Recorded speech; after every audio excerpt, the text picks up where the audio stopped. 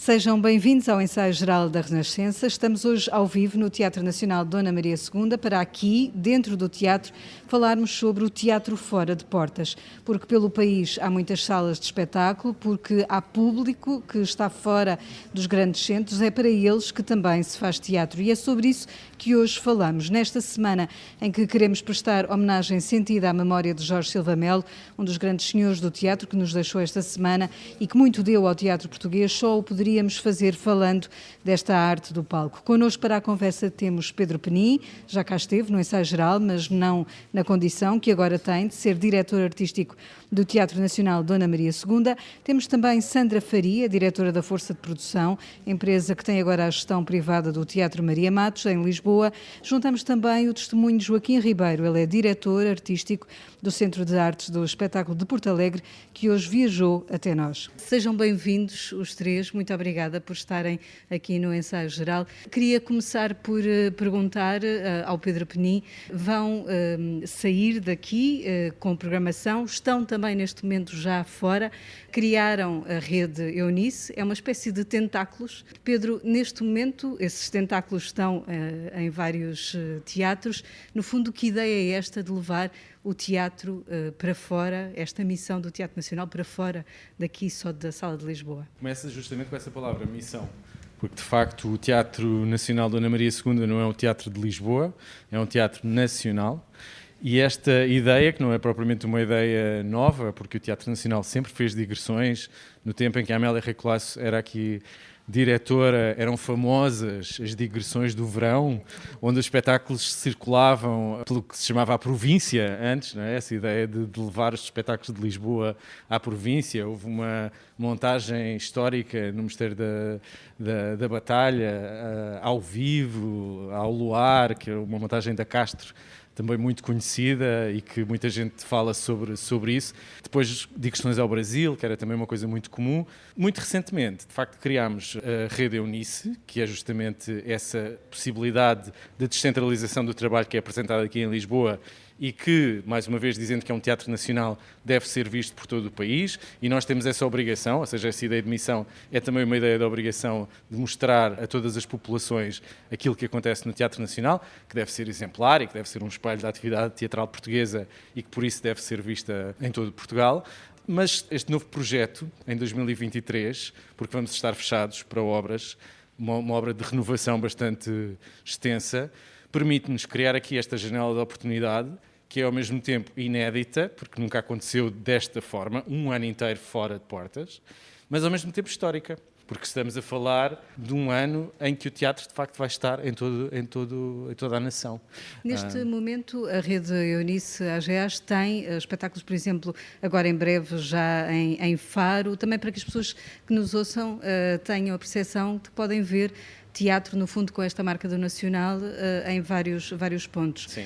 Há alguns municípios que têm vindo a bater à porta do Nacional a querer entrar nesta rede? Sim, há muitos municípios a oferecerem-se para fazer parte da Rede Eunice. Nós, neste momento, temos sempre 4 municípios associados e que se vão renovando. Portanto, há sempre novas candidaturas e novos teatros a entrar. Neste caso, Faro começa este ano. Vamos estar no dia 27 de março a apresentar o espetáculo Madalena, e que é o espetáculo inaugural desta relação com o Teatro das Figuras em Faro. Mas, de facto, há muitos pedidos, e às vezes de teatros de grande dimensão, e porque estas realidades por todo o país são muito distintas, portanto há teatros de várias tipologias, e muitas vezes é preciso escolher espetáculos adequados para estes teatros, de envergaduras muito distintas, o que nos permite, para este ano de 23, pensar de uma forma mais pulverizada e de conseguir, para os teatros maiores, encontrar espetáculos que, por exemplo, estariam aqui na Sala Garrett, e outros espetáculos mais pequenos, que normalmente fazemos na Sala Estúdio, de poderem estar a circular noutros espaços. Já vou querer saber mais sobre o ano de 2023. Para já damos um salto ao Maria Matos.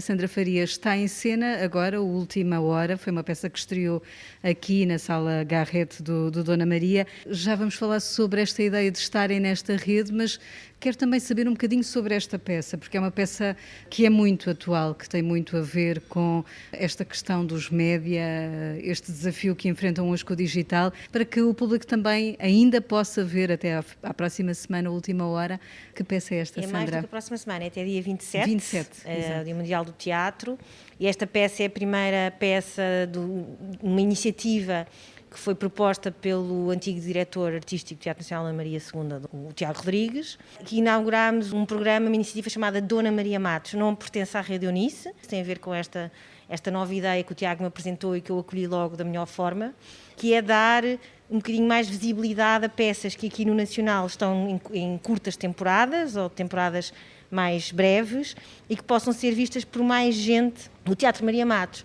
o Pedro Penin, felizmente, quer continuar com esta parceria e, portanto, é a primeira de muitas. A Última Hora faz muito sentido nos dias de hoje, com esta manipulização também que existe dos mídia, do que é verdade, do que não é verdade, do digital, o que se faz, as audiências. Portanto, é uma peça muito pertinente.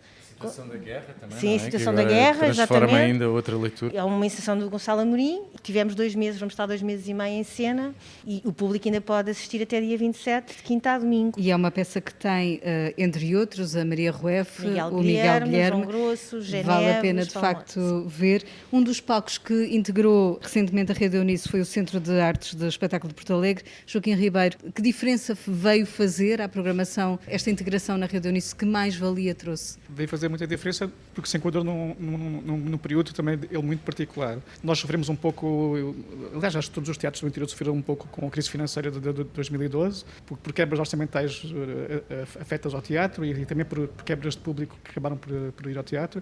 E nós, a partir de 2016, 2017, começamos a fazer essa retoma, começamos a sentir uma retoma tanto a nível orçamental como a nível de espectadores, e o protocolo com a Rede AGAs acabou por culminar num crescendo que foi acontecendo no caso particular do caso de Porto Alegre. Infelizmente, depois desse crescendo, houve novamente uma quebra com a questão pandémica, mas na altura em que surgiu precisamente para nós na altura ideal.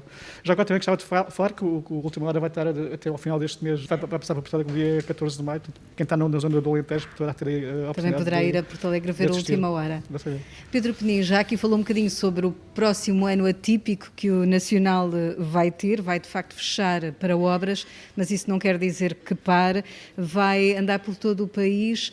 80 municípios é onde vão estar. Como é que vai ser esta missão? O Pedro já está a rir porque Não, imagino a que isto Sandra olhou seja para mim difícil. assim com um olhar fulminante. 80.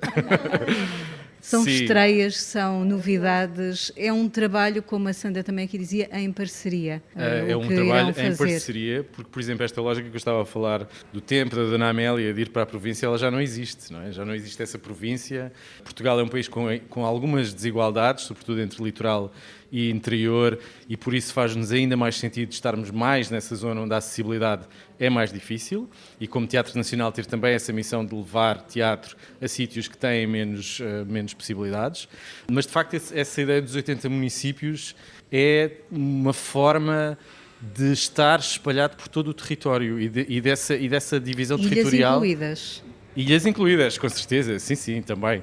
Ir aos Açores, ir à Madeira. Queremos ir às Flores e ao Corvo, que acho que seria uma belíssima ideia de ter lá o Teatro Nacional, porque essa missão ela fará mais sentido quanto mais sítios conseguirmos estar. Obviamente um ano é um período finito, portanto não podemos estar em tantos como gostaríamos. 80 já é uma versão muito ambiciosa de um projeto, sobretudo pensarmos que esta é uma casa que está aqui instalada no Rossio, é uma casa relativamente pesada, não é? Portanto, estas equipas terão de sair, as equipas artísticas, as equipas técnicas, mas de facto o Teatro Nacional não é só o seu edifício. Nós temos muito orgulho neste edifício do Rossio e gostamos muito dele, mas a ideia de criação de um Teatro Nacional, de um teatro que possa estar próximo das pessoas e que de facto possa espelhar uma coisa que eu acho que às vezes as pessoas não têm muita noção, que é da extrema complexidade e diversidade do teatro que se faz em Portugal, mesmo comparado com alguns países nossos vizinhos, que a população possa ter esse Mas vão acesso. Criar com alguns Estreias, destes teatros... Sim, colaborações. Exato, Sim. mas são peças pensadas para cada um desses sítios? São, porque já não faz sentido a ideia da embaixada do teatro que se faz em Lisboa andar a viajar. Acho E que é vamos andar entre o teatro clássico e criações novas. Sem dúvida. Estreias, teatros de repertório, teatro mais contemporâneo, comédias, teatro infantil-juvenil, teatro que possa ter uma vertente escolar, mas que possa ser visto também por público em geral, fazer várias sessões em alguns municípios, ter também alguns projetos paralelos que para nós são quase tão importantes como apresentar espetáculos no sentido de capacitação dos vários municípios, de pôr o know-how do Teatro Nacional ao serviço também de alguns destes teatros que precisam também da nossa ajuda e do nosso conhecimento, e também aprender com o que o território tem para nos dizer. E vou querer saber depois o que é que trazem de volta. Sandra Faria, a Força de Produção é uma empresa privada que está na produção de espetáculos, agenciamento também de artistas. Imagino que tenha passado estes últimos 2 anos de pandemia também enfrentando toda a paragem da atividade cultural. Como é que se dá a volta? E também como é que o espectro da guerra que agora temos pode vir a afetar, pode ser uma espécie de novo vírus neste ritmo que temos? Eu acho que no caso da guerra já está a afetar.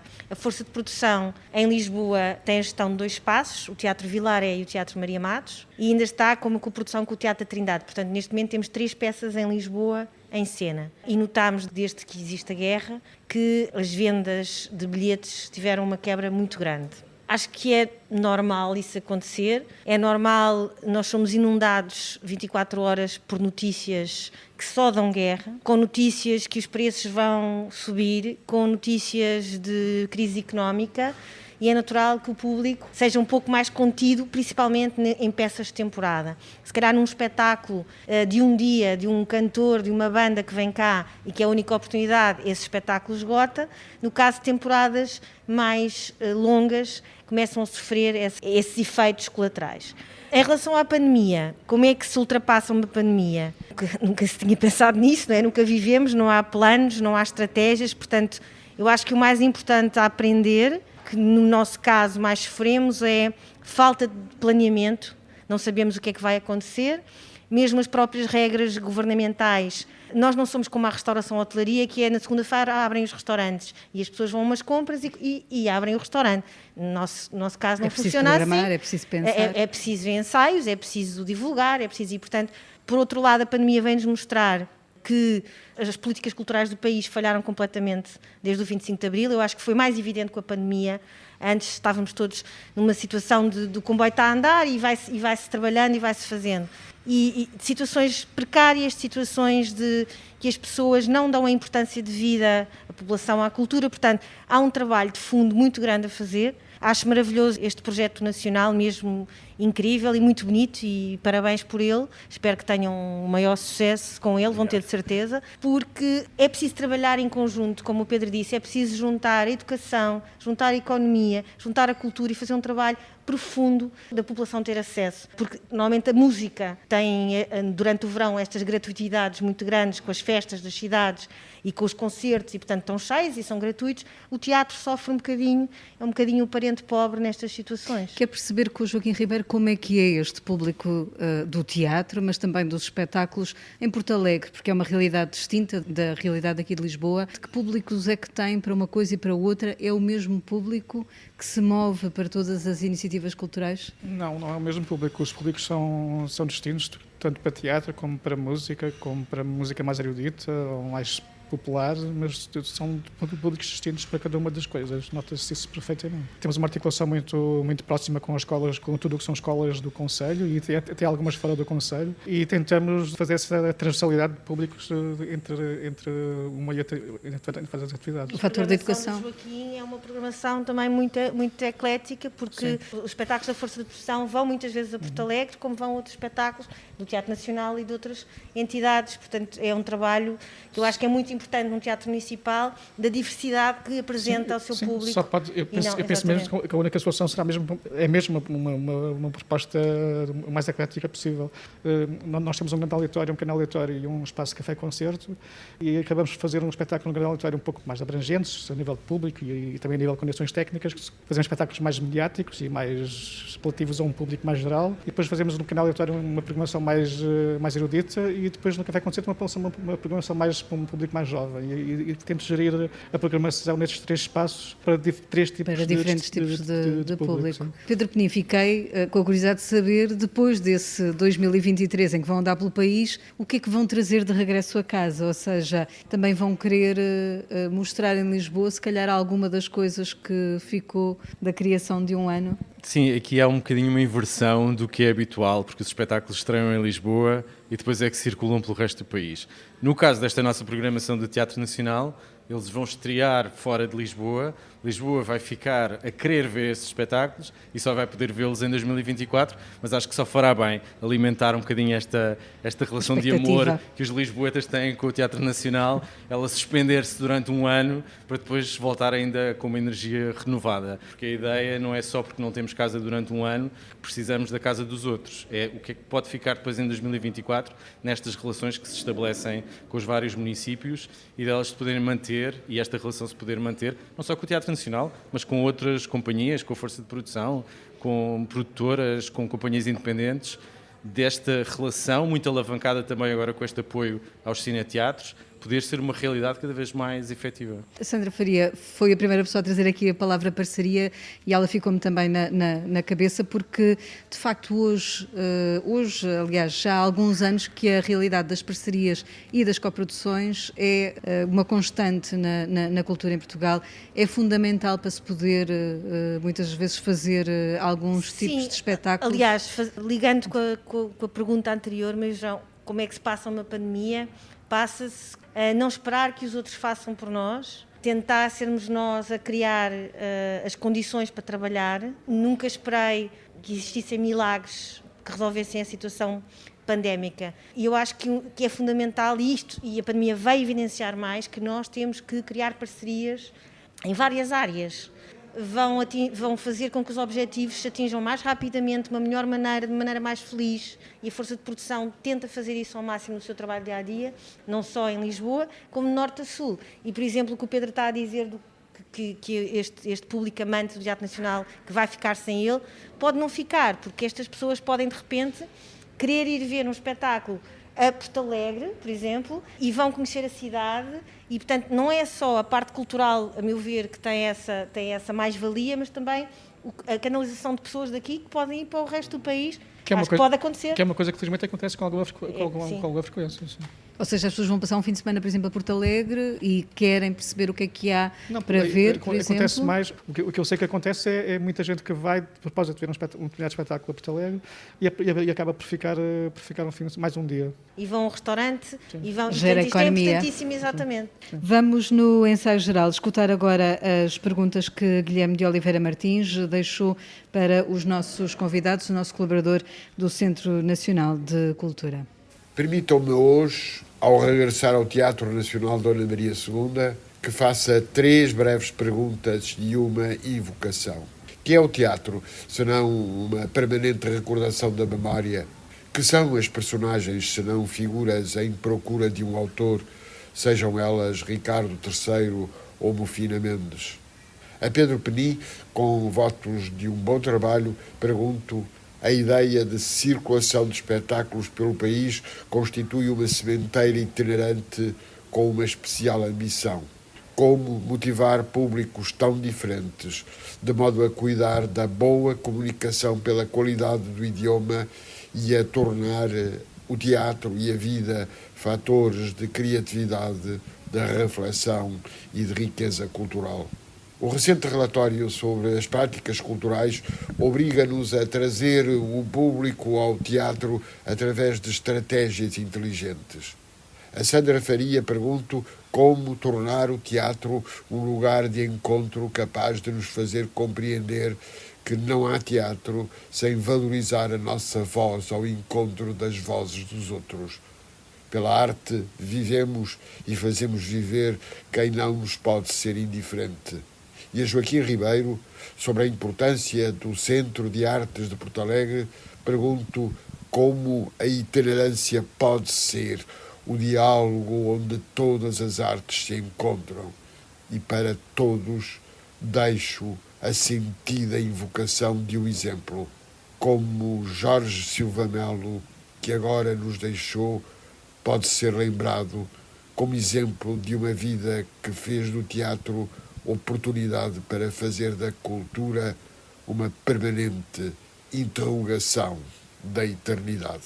Pedro Penin. Eu acho que tratar o público ao mesmo tempo como uma entidade abstrata, porque quando dizemos público estamos a falar de uma entidade bastante heterogénea, mas ao mesmo tempo pensar que há especificidades de facto dependendo dos sítios para onde vamos. Acho que o público já não é desinformado, porque a internet já vai trazer informação a todo o país, portanto já não existe essa ideia de criar um espetáculo especificamente para um público mais embrutecido ou que precisa de uma coisa mais simplificada ou mais simplista.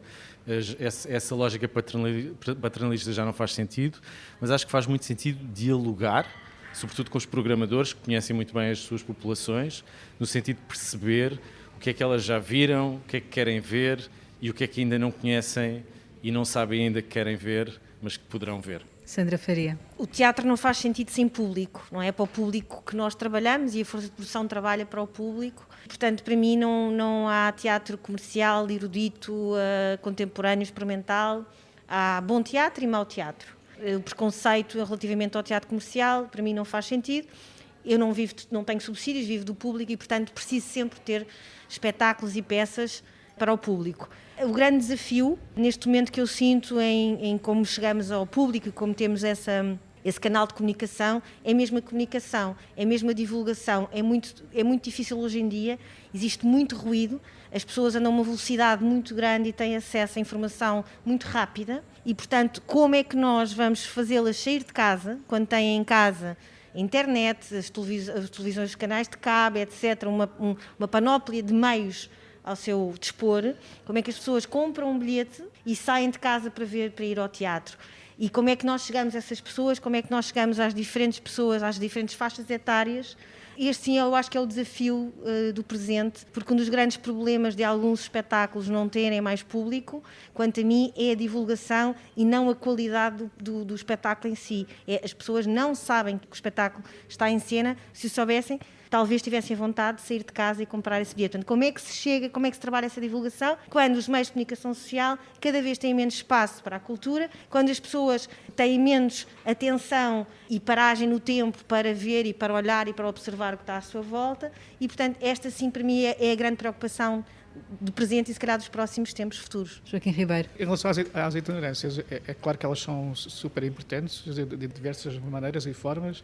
Eu penso que o que eu gostava de referir é que um teatro estrear e entrar em itinerância pelo país acaba por gerar, calculo eu e penso eu, e tenho quase a certeza que sim, nas pessoas, por exemplo, de Porto Alegre, quando o teatro tem itinerância e o Teatro de Porto Alegre é um dos destinos dessa itinerância, acaba por gerar uma espécie de sentimento de pertença, porque vão poder, na sua localidade, na sua cidade, vão poder usufruir de uma peça que estreou e que está em itinerância a nível nacional, e aí penso que isso cria alguma valorização, algum sentimento de pertença por parte do público. E aqui no Dona Maria II está em cena a peça Esta é a Minha História de Amor, do Hotel Europa, de que já falámos também aqui no ensaio geral. Não se esqueça que a partir de domingo e durante uma semana o Nacional também celebra o Dia Mundial do Teatro, com vários espetáculos com entrada livre. Será assim, Pedro? Entrada livre, Os Lusíadas, pelo António Fonseca. Queria também pedir-lhe, Pedro, um testemunho seu sobre Jorge Silva Melo, porque este não deixa de ser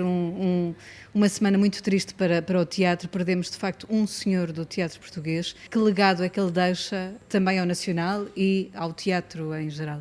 O legado do Jorge Silva Melo é imenso. Podíamos estar aqui 3 horas a falar sobre o Jorge Silva Melo, mas eu queria destacar 2 pontos que, na verdade, se ligam um com o outro.